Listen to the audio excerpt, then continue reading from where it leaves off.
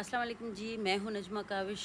आप लोग जानते हैं हमारी सिंध की बहुत बेहतरीन आर्टिस्ट अम्मा शबीरा चन्ना और उनकी बेटी नादिया चन्ना, जिनका परसों यानी 2 दिन पहले बहुत बुरे तरीके से एक्सीडेंट हुआ है और वो हॉस्पिटल में एडमिट हैं। और अल्लाह मियाँ उनको सेहत दे। मैं तो थी नहीं यहाँ पे, जैसे कि ईद का त्यौहार चल रहा था और उसकी वजह से हम लोग हैदराबाद में थे।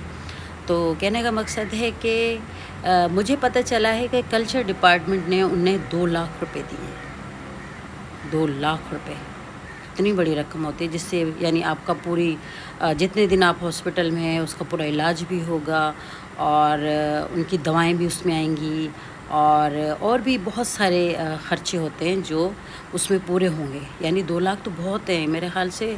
2 लाख में तो पता नहीं क्या क्या हो जाएगा। शर्म आनी चाहिए आप लोगों को। Culture depart